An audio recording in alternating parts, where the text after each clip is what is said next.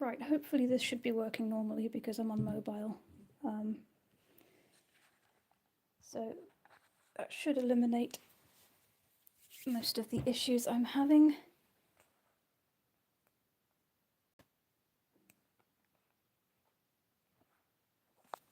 Not sure it would be better to have it this way up actually. Let's try it like that. Alrighty, set some gloves on here. I do apologise for the mishaps there. I'm not really sure what's going on. It looked like it was working fine earlier, but perhaps my new laptop just doesn't have the processing power to run YouTube Live on it. Who knows? But anyway, bit low, bit audible. Hang on a second. Is that any better? Because I might have put the microphone down on the stand. I can turn it back round if that would be easier so it's nearer my face.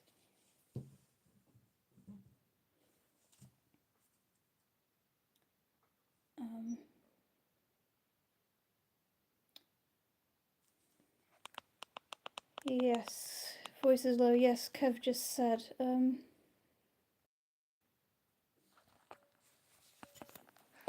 If I turn it this way,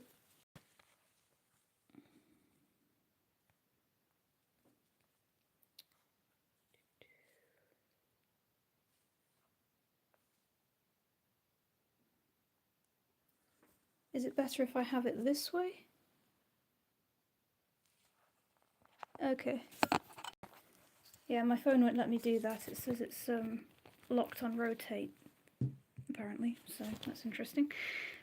Oh well, we'll try it like this for a while. Yeah, I think my laptop, for some remote reason, is not capable of running a live stream, so I'll have to do some testing on a private stream at some point and figure out what's going on with that, because that was yes, a bit of a problem. Anyway, welcome to everyone. Great to see you here. It's great to be back. It's been quite a while since I've done a live stream, a few months actually. And this is the model I'm going to be working on today. So this is the HeartBreaker mold by Breyer. He's a traditional foal, and I'm giving him a new tail. His original tail was just like flowing out behind him. But I don't like that. I want him to look a little bit more like he's cheeky, like, you know, he's out to cause some mischief, as foals do. So this morning I drilled in his tail wires and glued them in, and I've done a first pass of epoxy here, just to really set them in place so it's not going anywhere. So yeah, now I'm going to be basically sculpting on some nice fluffy tail hair to give him back a bit of sass.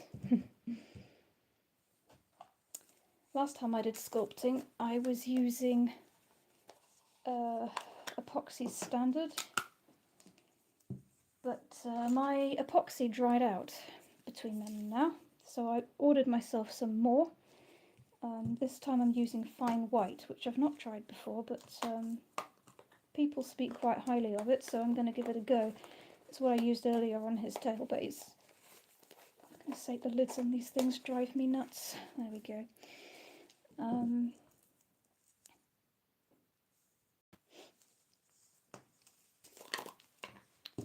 So yeah, we're going to give this a go. When I tried it earlier, it was definitely stiffer to work with than the standard.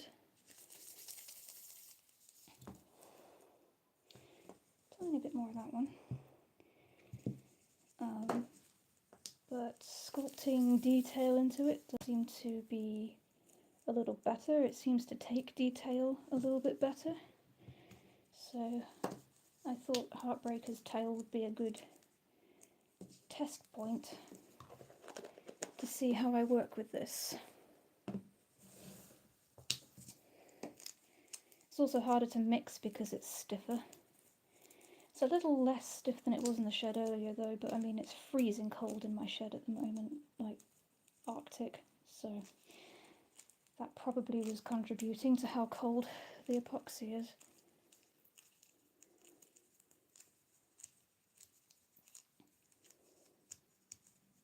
Been debating what to do with this HeartBreaker mould for a while, because I'm not a fan of him, to be honest. Like he's cute, but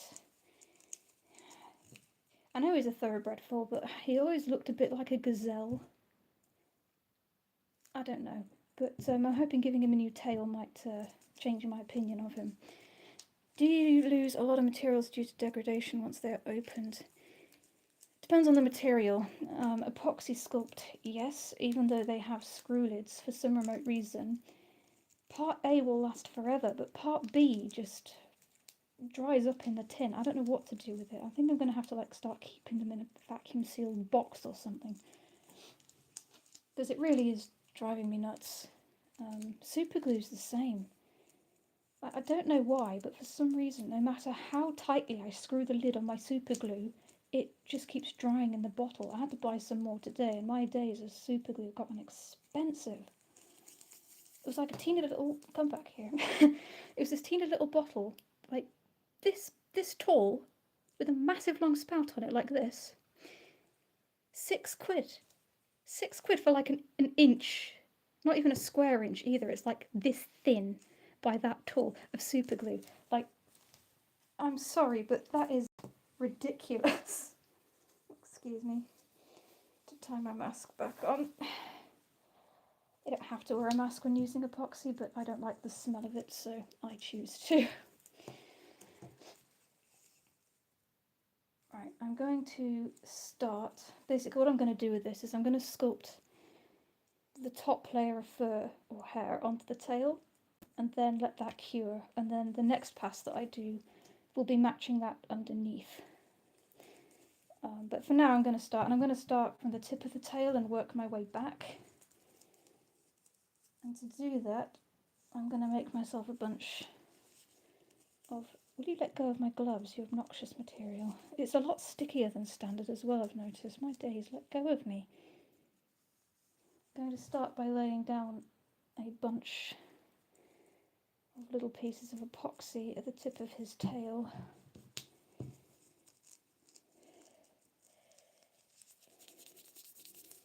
Auricula, hi, how are you? The super glue scam is real.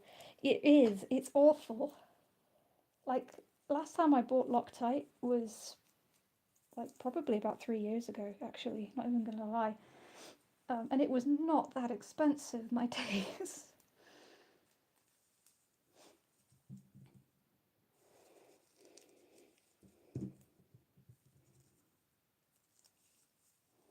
Release my gloves. Leave me alone. Stuff is clingy. Right. Let's get some water on that before it decides to stick to everything else as well.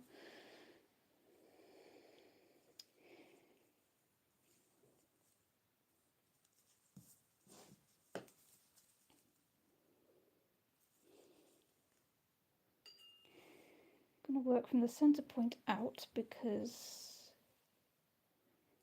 tails grow from obviously a centre dock point, and when a horse is a foal, it's quite easy to see that separation, especially when they're flicking their tail around. I apologise if you keep hearing a bell. I've got my lamp right here and the top of my sculpting tool keeps hitting it.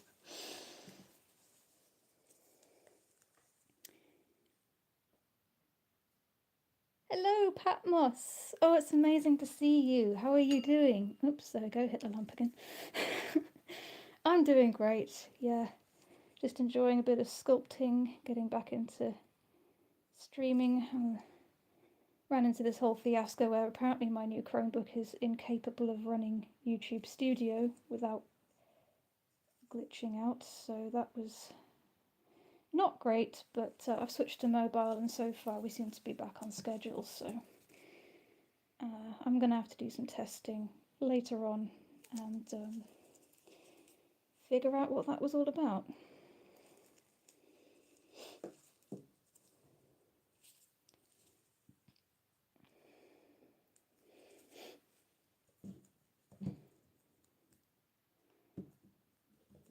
Also, another reason I don't like HeartBreaker is that he is rubbish at standing up. Like, absolutely rubbish. He had really wonky back legs.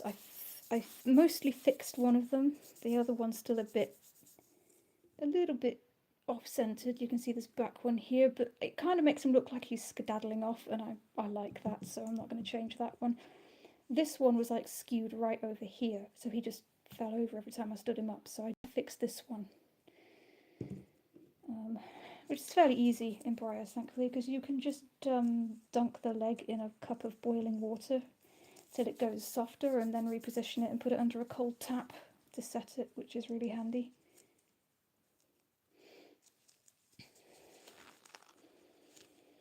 Get the hairdryer. My hairdryer is not strong enough to do anything to Breyer Plus, fortunately. I have a heat gun. I've used that before. But yeah, for the most part, I find hot water's better.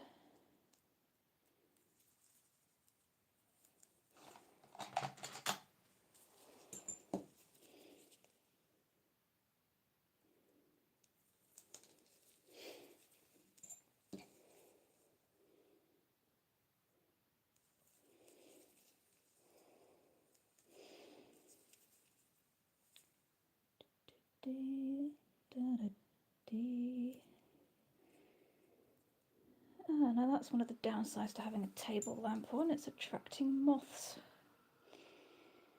Don't understand how it is that no matter how much we try to keep the curtains shut at night, we still get moths. Like the windows.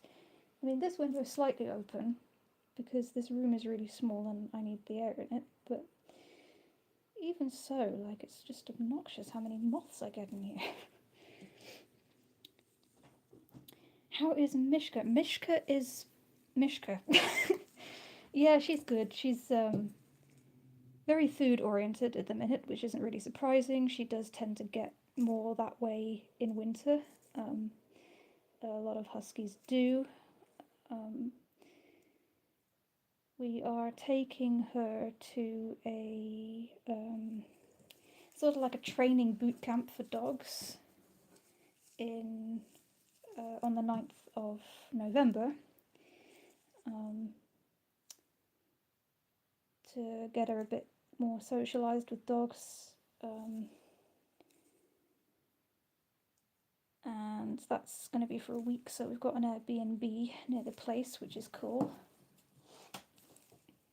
So I'm going to be obviously taking a bunch of my horses and writing materials and treating it as a bit of a getaway, because Mum's going to be the only one doing the training with Mishka, so my sister and I are going to be at the Airbnb all day, unsupervised. But no, you probably won't hear her on stream. She's been fed, and she only tends to yodel when she wants food. Though, to be fair, like, feeding her doesn't stop her wanting food. She is the most food-oriented animal I have ever met.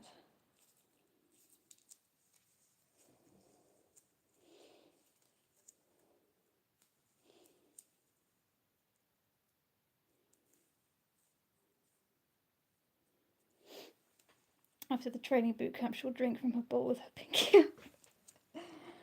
Oh, I mean, don't give her any ideas. She's too human as it is, I swear.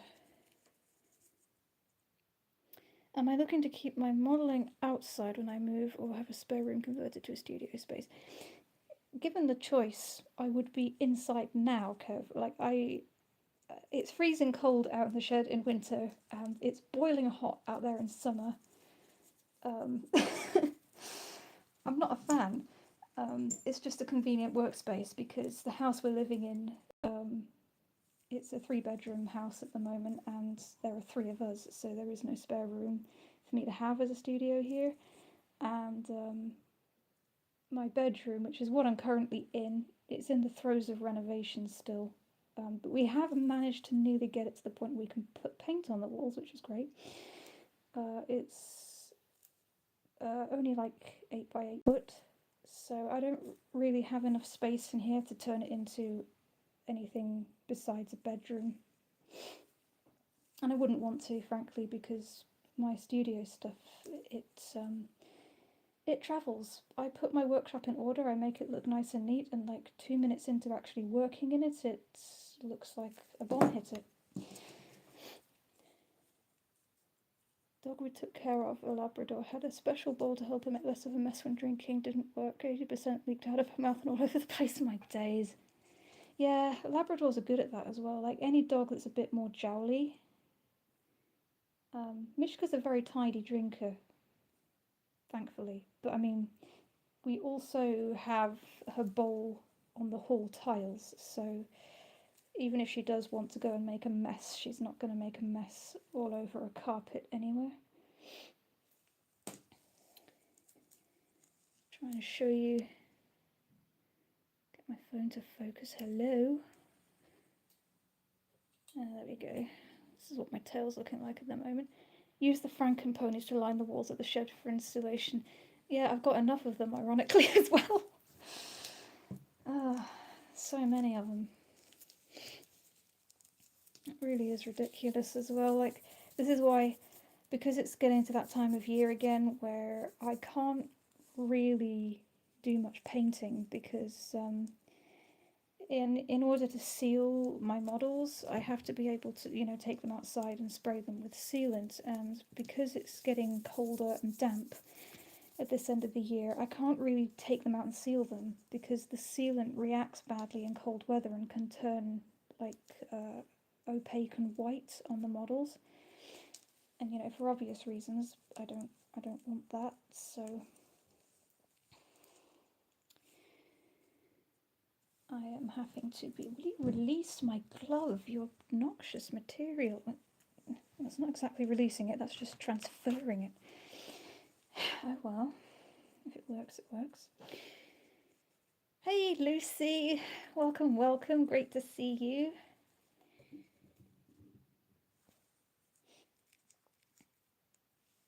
I didn't read your last message on Instagram, but I think you said that your furry friend had abandoned you, didn't you?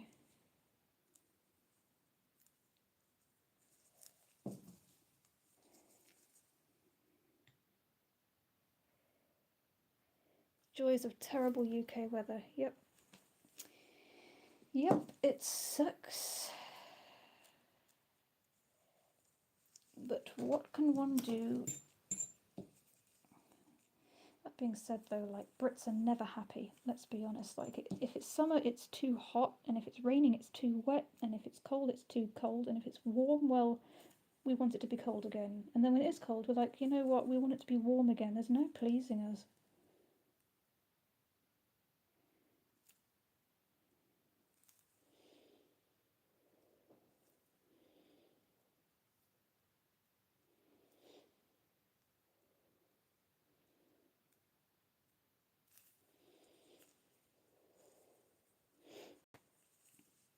Puppy went to snuggle the other puppy. Oh dear. You've fallen out of favour, alas.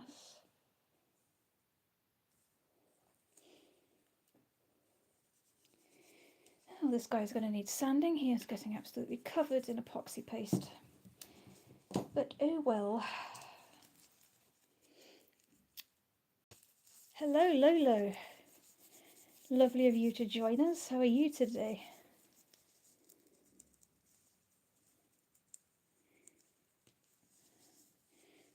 Stuff is going to be the bane of my life, I can already tell. I love the UK weather. It means it's not in the Netherlands. Careful, Patmos. I'll pack it in a box and send it to you.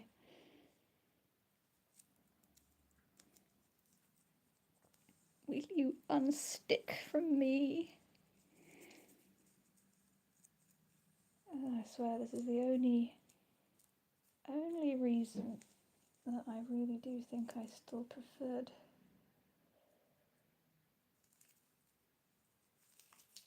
Ouch. My old epoxy tape.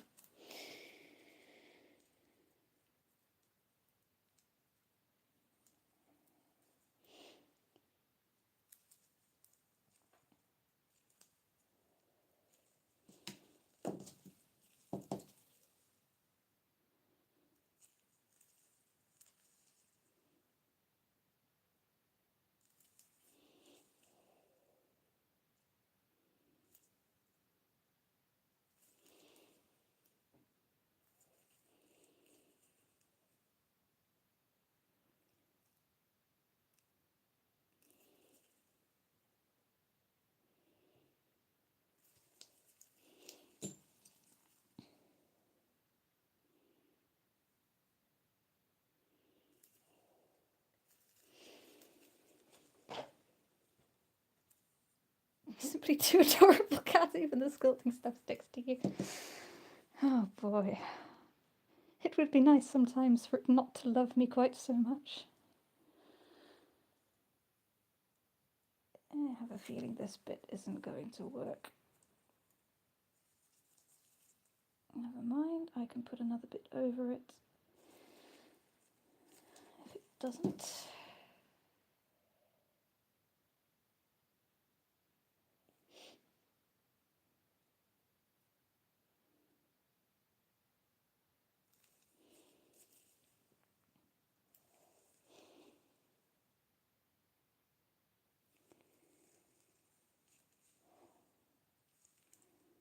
And all of these pieces here, which look kind of floppy at the moment, will of course be strengthened because they'll have more sculpted onto the back of them once these bits have cured enough that I can put pressure on them. I just have to make sure I don't go knocking them now because that would undo all my work and is very much something that I probably would do, unfortunately, because I am, well, clumsy sometimes. Get rid of some of that paste so I can see what I'm actually working with. There are mishka hairs everywhere. They're all over the end of my brush as well. One can never escape a husky, even when one is not in the same room as said husky.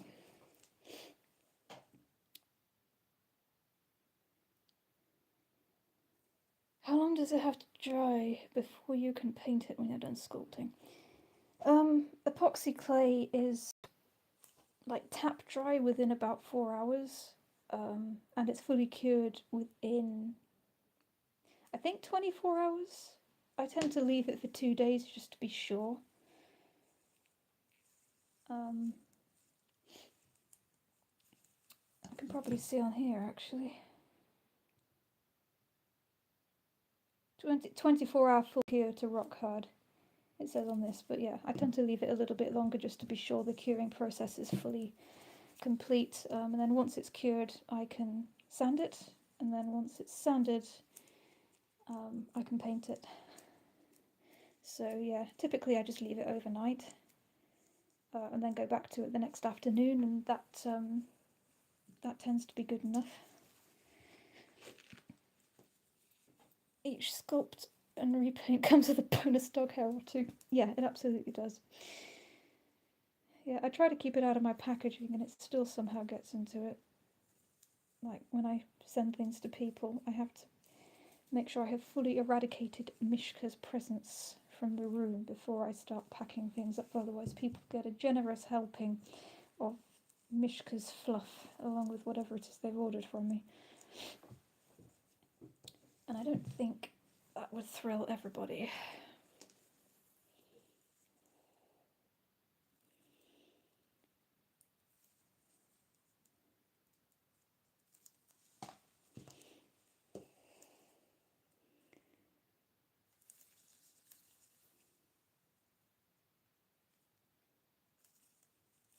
For goodness sake. I just dried the area you should stick. You say it is artificial water. Black and long or white and wiry, yep.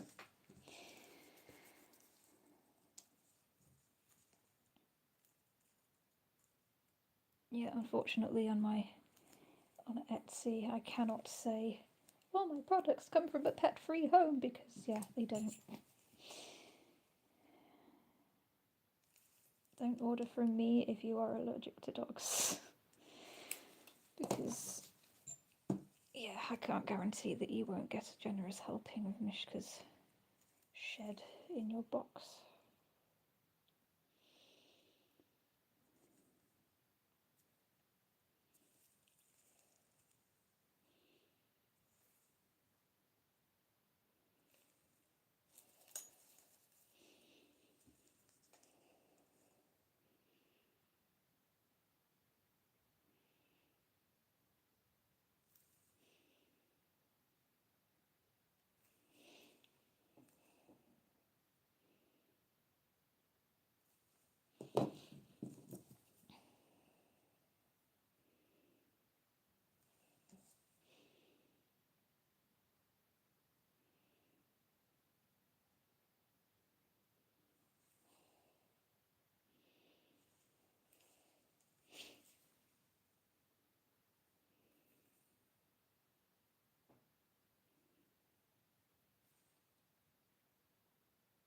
What day is it?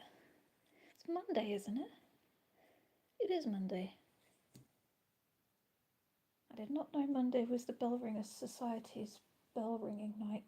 Church bells in my village have just started ringing in the dark. It sounds spooky as hell.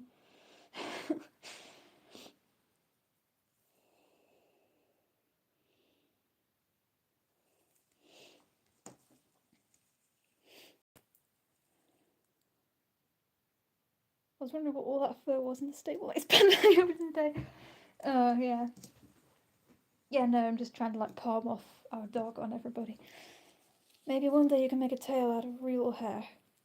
Yeah, some people do that in the hobby. It's called mohairing. I'd like to give it a go at some point. I know that would involve a lot of glue and a lot of sticky hair everywhere, and from a sensory perspective it sounds like a nightmare. The results some people get with it though are absolutely phenomenal, like genuinely. Right, let me just push this back in line. There we go.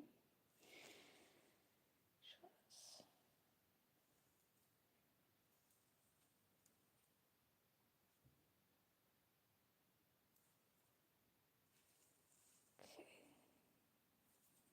Probably can't do too much sculpting on the other side of this right now because it'll deform and squish everything that I've just done. So I'm probably gonna go and find me another model to sculpt in just a moment.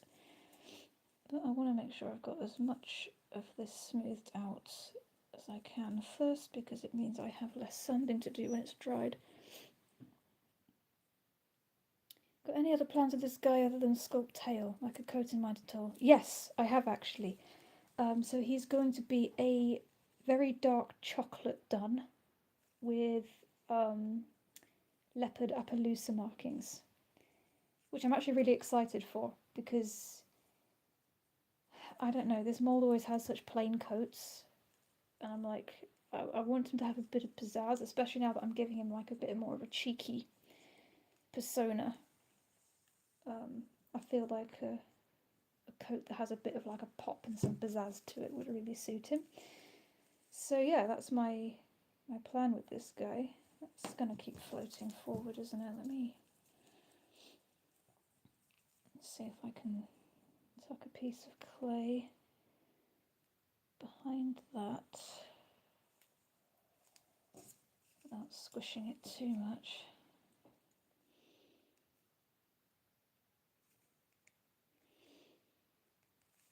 Stop it doing that.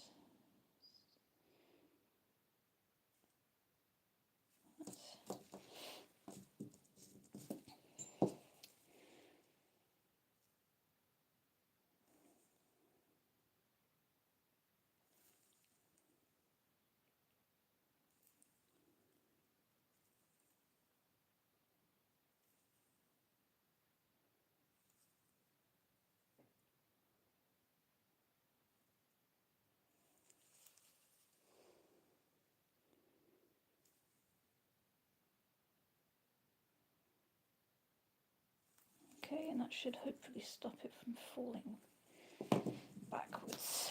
Nothing wrong with the odd support strut or two when you're sculpting. What am I missing? Lots of glue and sticky hairs, etc. Viewers' dream, so please do that at some point. Oh, you just love to torture me, don't you, Patmos? It's blue PTs to stay sticky back plastic. I'm losing part of the tail now. You can just stay where I've put you. Great, there's a paintbrush hair stuck in my epoxy. That is not acceptable.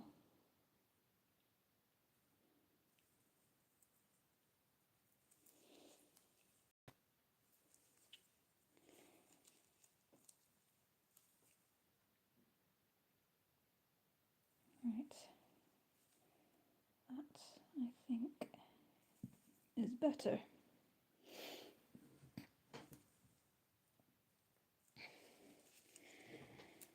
Alright, so that's what we're looking at now. I'm quite happy with that for one side. Obviously the base of the tail is going to get fluffier, but I can't really do that until the top's cured because I keep knocking into it. But I'm very much liking how that's looking at the moment. I'll be doing this side next. I should be able to do a little bit of that on stream, I would have thought, because this stuff does cure quite quickly. But if you will excuse me for one moment, I'm just going to go and find one of my other models that needs a touch of sculpting work doing on it so that I don't waste my epoxy. Love it, looks really good. Thank you, thank you. I shall be one moment.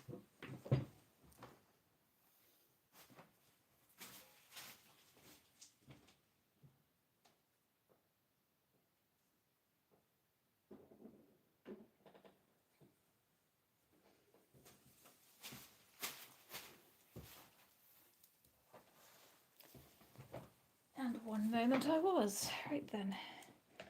You go over there and don't fall over. I am absolutely begging you, HeartBreaker. You will break my heart if you fall over now.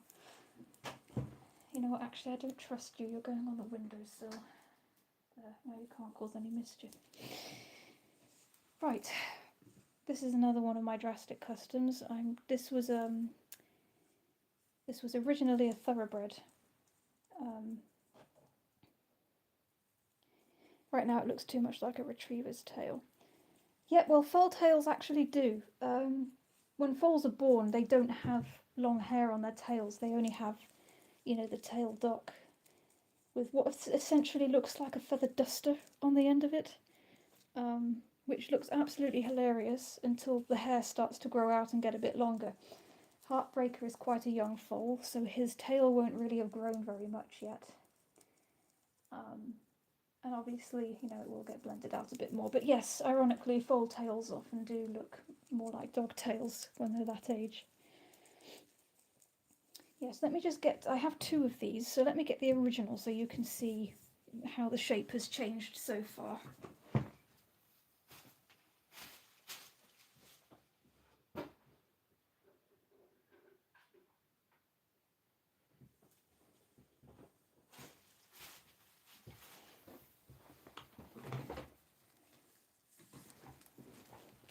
Retriever tails are the best. Love my feather duster.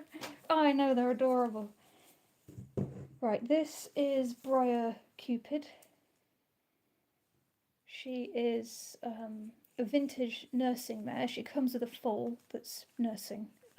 They come as a duo. I have the foal, but he's downstairs.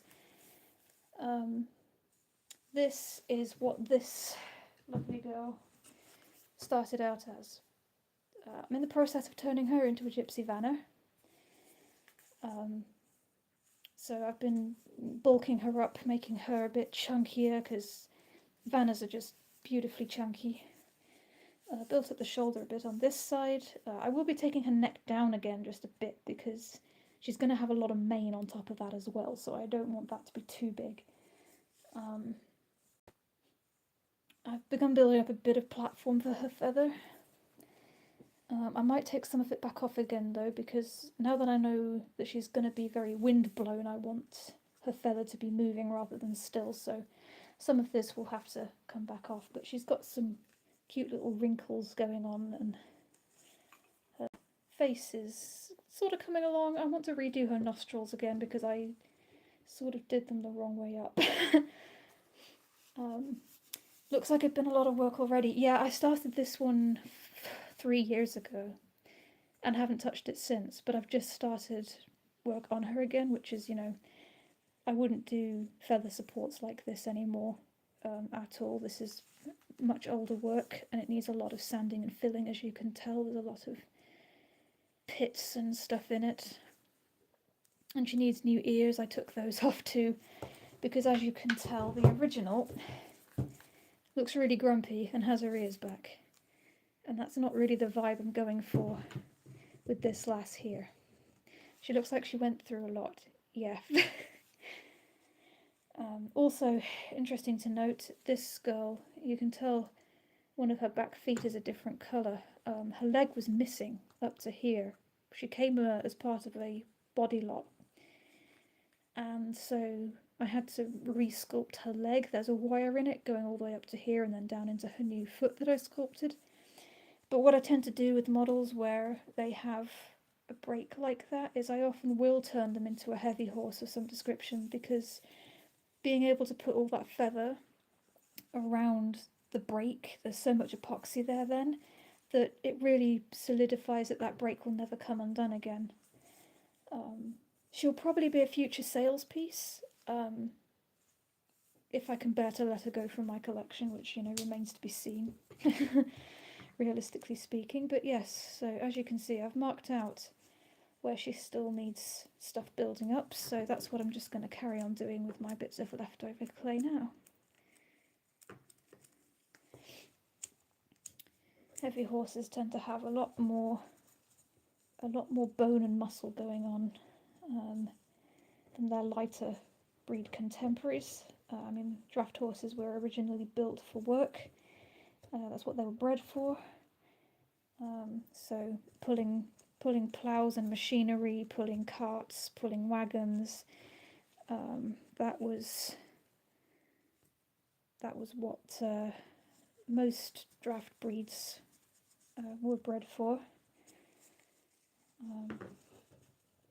Vannas obviously traditionally pulled wagons.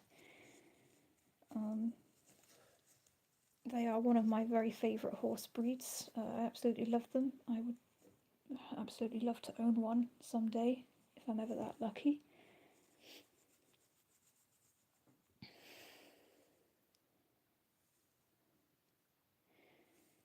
You should get horses to represent viewers, so a joker horse to represent Cooper, and a super friendly, hard-working horse to represent Kevbot. Yeah, that would be hilarious. I should just get like a whole collection of stablemates based on my viewers. There would be a lot of them though. Like my days, I would have a whole army. I would need a new house just to put them all, just to keep them all.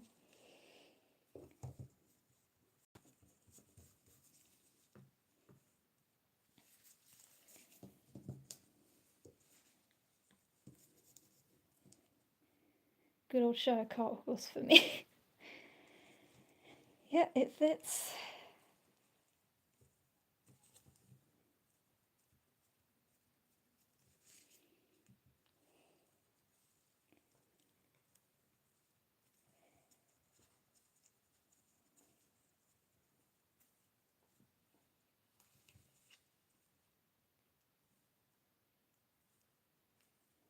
Donkey too to represent you. Oh dear.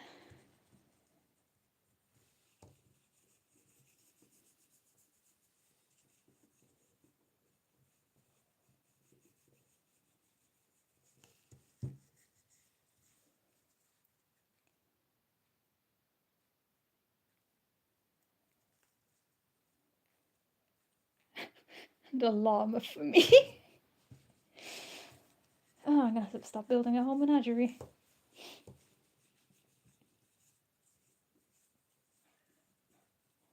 thought someone on our road had a cart with like the worst braking mechanism out there for a minute, and then realised it was a pheasant.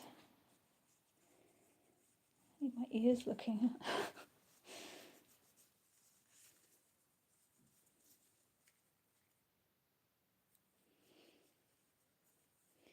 Drinking horse for road hog, yeah, absolutely.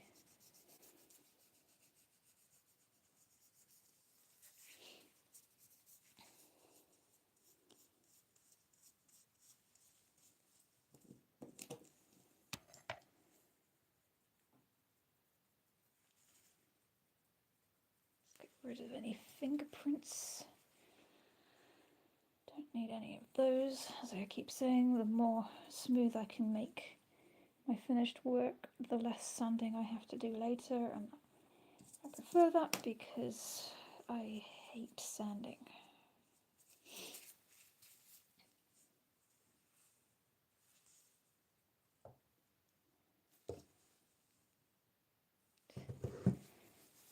Just change my gloves, I think, because these ones are absolutely saturated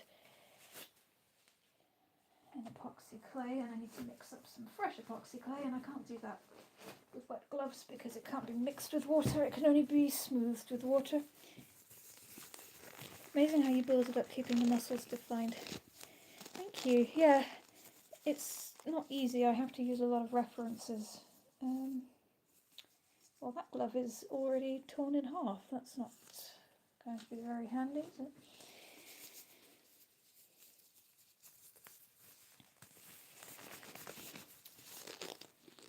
Seeing as she just talks and sculpts, and in 30 minutes she makes a great tail. It comes with a lot of practice and references. I cannot stress enough how important references are. Like, I've worked with model horses for 4 years now? 4 or 5 years. I think I started collecting them about 5 years ago, but I've, yeah, definitely had them around for longer than that. I even worked with real horses at one point, and try and get all the epoxy paste out of my brush before it sets. It just takes so long to actually start understanding how a horse is put together. They're one of the most awkwardly built creatures. Like, they look so elegant and so beautiful, but they have so many weird angles and components to them, especially in model form. Like, it looks great, but if I was trying to sculpt this from scratch, it would not be easy. I do like sculpting hair though. I love flowing lines, I think, really is why hair is one of my preferences. But with this girl here, sculpting her, I'm having to really study and understand the anatomy itself, and that is proving to be a tiny bit more of a challenge than I've taken on before. But it does help having a copy of the original, because it means I can see what I've changed and what I haven't from that perspective.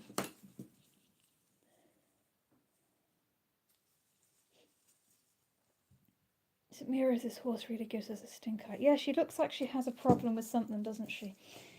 That I grant you.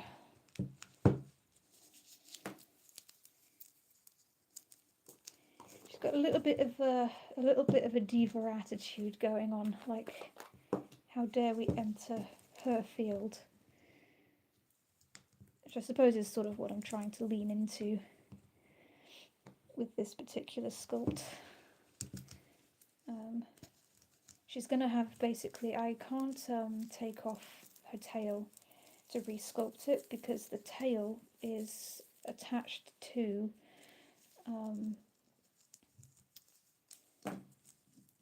the back part of her leg, and the part of her leg it's attached to is the same one that broke.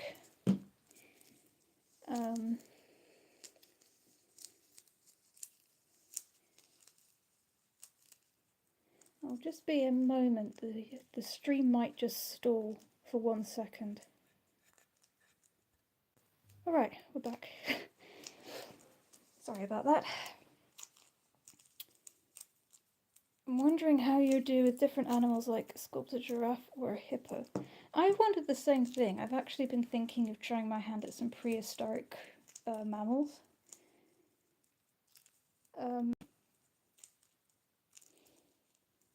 One that I really want to do, which I'm sure people will find very strange because they are not endearing by any stretch of the imagination, is Entelodon, which is essentially looked like a giant meat-eating hog. It has been labelled the hog from hell by paleontologists, but for some reason I have a weird fondness for it. But I mean, I suppose I do often have a weird fondness for prehistoric animals that are a little unconventional looking. So yeah, if you want to look that up, you'll see what I mean.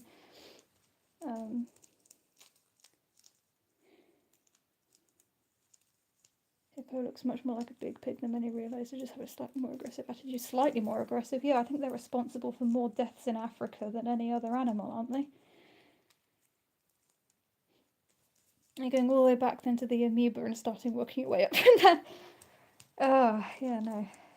That would be hilarious. It would be like that that scene in Ice Age where Sid's looking at like the evolutionary path of himself in the ice caves.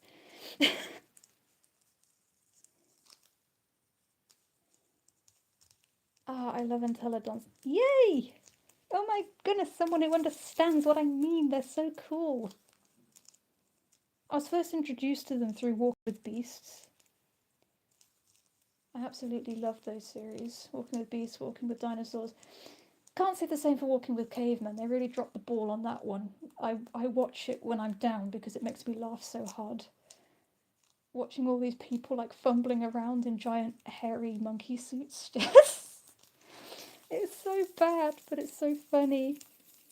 Hi, Photography Geek! How are you doing? Ah yes, our own Lucy is also a paleontologist. I love how often paleontology and model horses seem to wind up together in this community. I absolutely love it, it's great.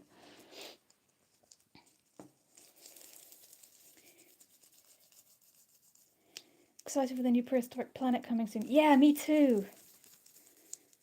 Right, let's see whether I can get this side somewhat mimicking the other.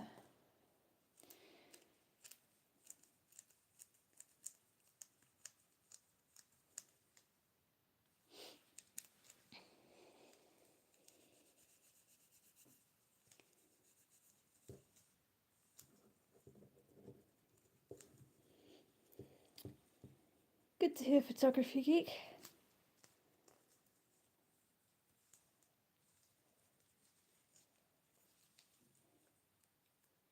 Yes, I'm so sorry that I forgot to update you with the stream link photography. I ran into a problem where my Chromebook, my new one, is apparently not capable of handling running a stream. So I had to switch to mobile and forgot to send you an updated link. My bad.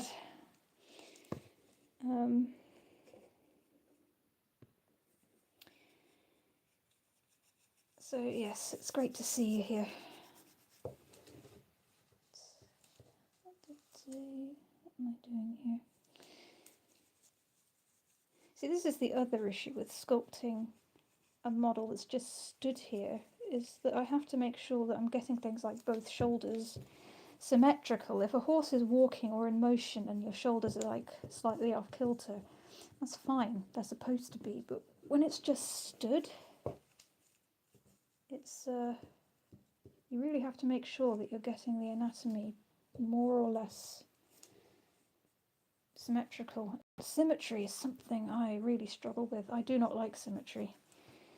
I like asymmetry because there's so much more life in it, but this model is just, she's got a very bog standard pose and there's nothing I can do about it.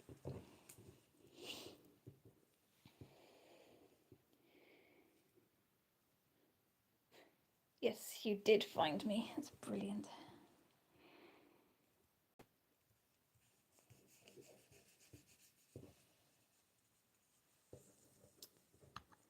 What I'm trying to do here is just move you out of the way a bit. You're in the way. This shoulder is one that I sculpted about 3 years ago. So now what I'm trying to do is match the angle of that on this side here. Which I think I have more or less achieved. It is going to take, I think, a bit of sanding.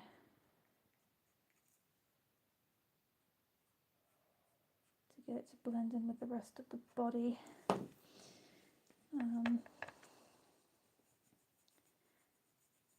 This used to be easier before I started using gloves because I could use my fingerprints, the ridges on my fingers they really blend epoxy well.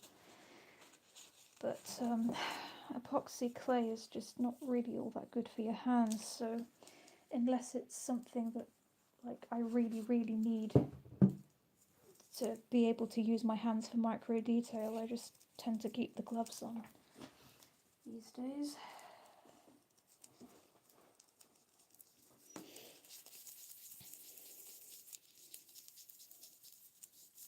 Horse is looking great, by the way. Thank you. Thank you. Have you ever thrown away a model because it just didn't work out with the work and you felt like you ruined it? I wouldn't say I've thrown any away, but I've definitely chucked some on the back of a shelf and refused to look at them for about 6 months. I've got about 5 of those out in the corridor at the moment.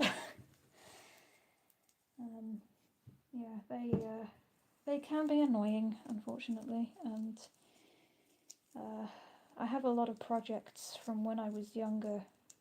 Well, as I say, from like 4 years ago, which is really when I started doing model horse customizing,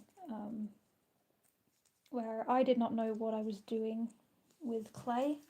I didn't really know what I was doing with equine anatomy. I absolutely sucked at it, to be frank, and it's not working. Let's take that back off. I have a lot of models out there on my shelf that I sort of started sculpting hair on and then decided, you know what, I hate it. And then they just got left there. I just couldn't stand to look at them. So I think the thing is they're not easy to fix either, because with epoxy, if you don't like it, you can't just take it back off again and start again. You have to... Oh, no problem, Volodymyr. You sleep well. Thank you so much for being here. It's been lovely having you as always.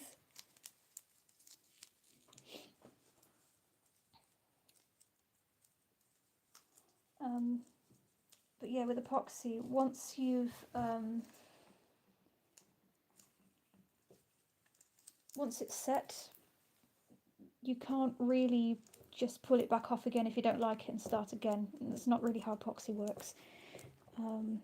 You have to Dremel it back off with power tools because it sticks like cement. It hardens like concrete.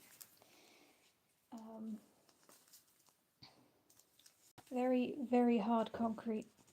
So I still have models out there that have stuff on them and I hate it, but I can't do anything about it because I just can't find the mental energy to pick up a Dremel and get it all off them so that I can start again. Which is definitely one of the downsides to being an artist with limited energy levels. If a project's going well, amazing. Love it. If it's not, it can get tiring quite quickly, and then it just gets put on the back burner because I don't have the mental wherewithal to be like, oh, okay, you know what, this didn't work, let's fix it.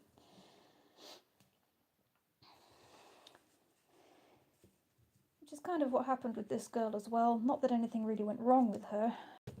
I just realised that my sculpting skills weren't really up to the task, and I didn't want to carry on with her until I'd gotten better at it because it wasn't going to do her justice. and I knew that if I carried on, I would end up with so much more work I would have to take off in order to carry on with her. And I'm glad I made that decision to stop working on her when I did, because now I can come back and look at it with an eye that's more attuned to, well, how a horse is supposed to look. That has, you know, gone in my favour as an artist, because now I can actually continue working on her with more expertise and actually do her justice.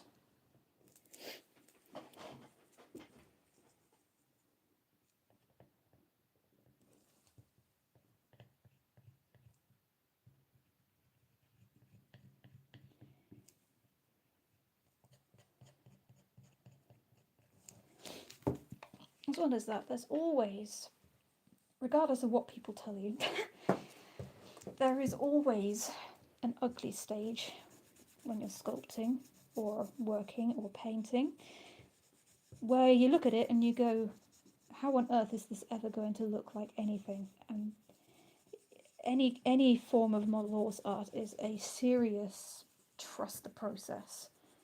And I'm not going to lie, sometimes even as an artist, it is hard to trust that process.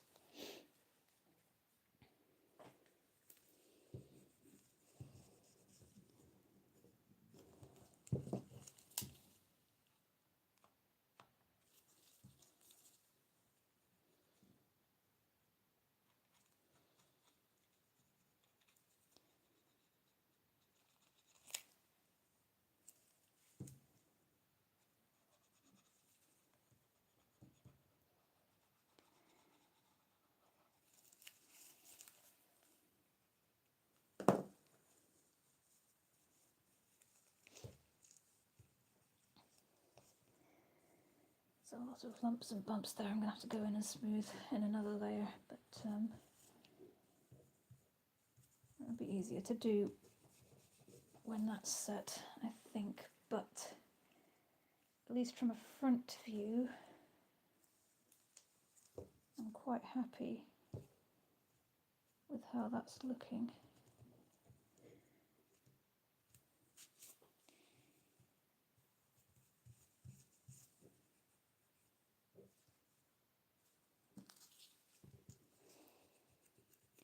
Let's get rid of my fingerprints and glove marks.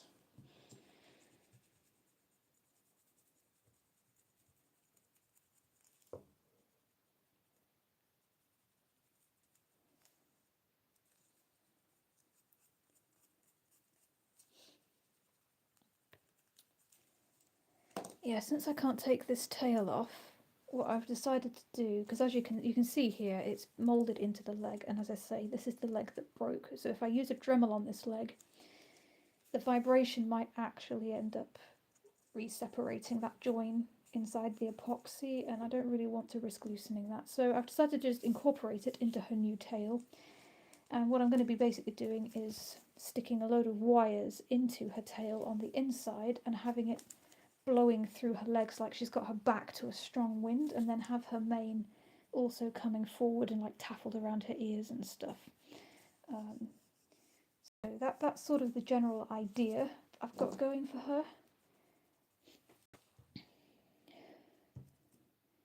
You do amazing, and sounding from all the struggles you have, you come a long way and got quite strong mentally to deal with setbacks and are a great artist. Thank you. That means a lot to hear, honestly, especially because when you're the one sort of, you know, in your own head, because I mean, you know, where else can we be realistically, it can often feel a lot more daunting than things really are. To be honest, I think sometimes the best thing we can do in life is actually just take a step back and say, you know what, I'm not going to look at this for a few weeks, and then come back to it with a fresh eye. As an artist, you know, I do that a lot, and it really does help.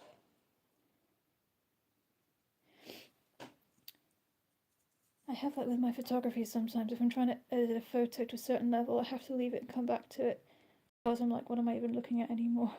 Yeah, exactly. Very identical concept, yeah. But thank you.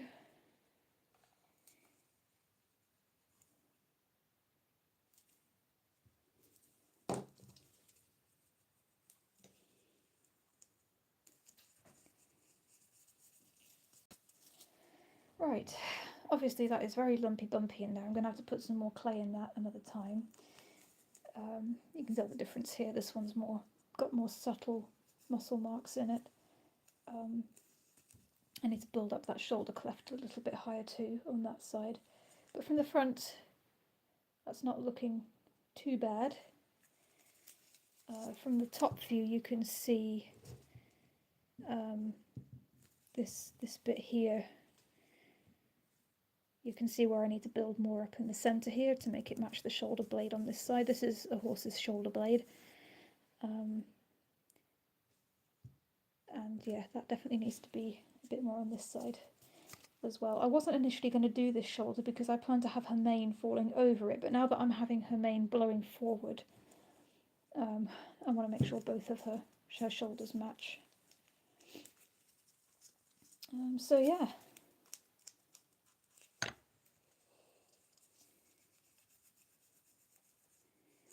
Let's re-smooth out her back legs because I did the idiot thing of holding her by them, forgetting I'd done sculpting on it. This is the other thing, you see, I am forgetful as a squirrel. And it is ridiculous. I'll be like sculpting part of a model and then just go and grab it by that part, for goodness sake. Anyway, let's not make that mistake again.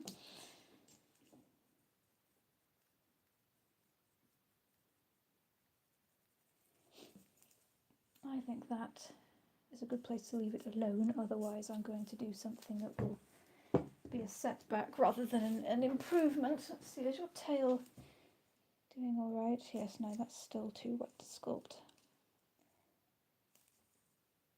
But I would call that a good day's progress. And also, if anybody has any ideas for what I could do with this girl, I bought her as part of the duo because I want the foal that she came with to turn into a foal for her.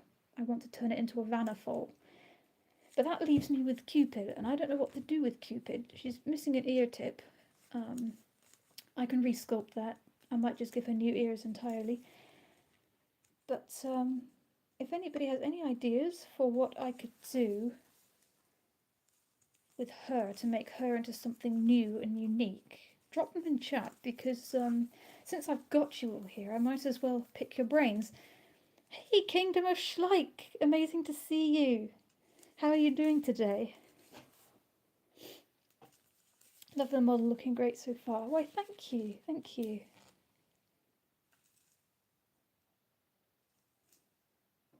I could just paint her as she is, I realise that. But she is a vintage model, and speaking for myself, speaking personally, I'm not a fan of vintage models. She has a really cute face, I'm not going to lie. But there's something about the vintage Breyer sculpts that I'm just not really into. Maybe it's because they look more like toys than horses, because they don't have the detail that the modern sculpts do. Nothing about horses, but this one kind of looks like a nice racehorse or show horse. I agree. I mean, she is a thoroughbred. She's a vintage thoroughbred. I believe, anyway. So she does have the good confirmation for it. I would probably give this one a new tail. I don't like tails that are stuck to horses' legs. It really annoys me. To be honest, tails are like, they express the horse's emotions, and I feel like artists could do a lot more with tails than they actually do. I think I'd probably give her a new mane as well, because again, this is the thing, like with vintage sculpts, they're very knobbly. They're not smooth at all, so the hair looks like it looks like toffee rather than hair. You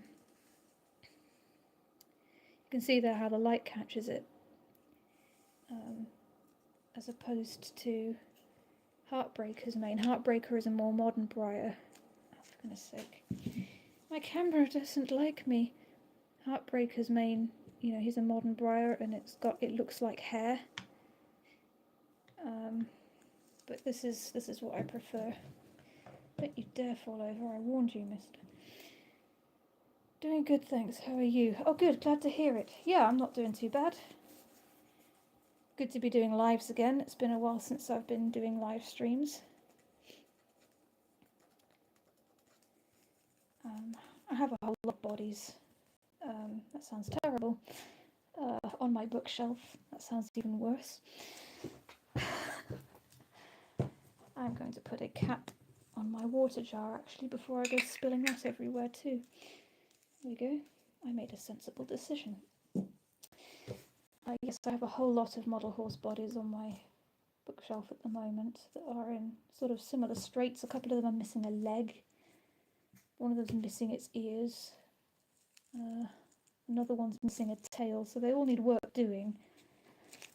But I've sort of run out of ideas for them at the moment, to be honest. Which, you know, given that I can't really do painting at the moment, I want to get all my sculpting projects finished over the winter so that they're ready to prime and paint in March, April time next year.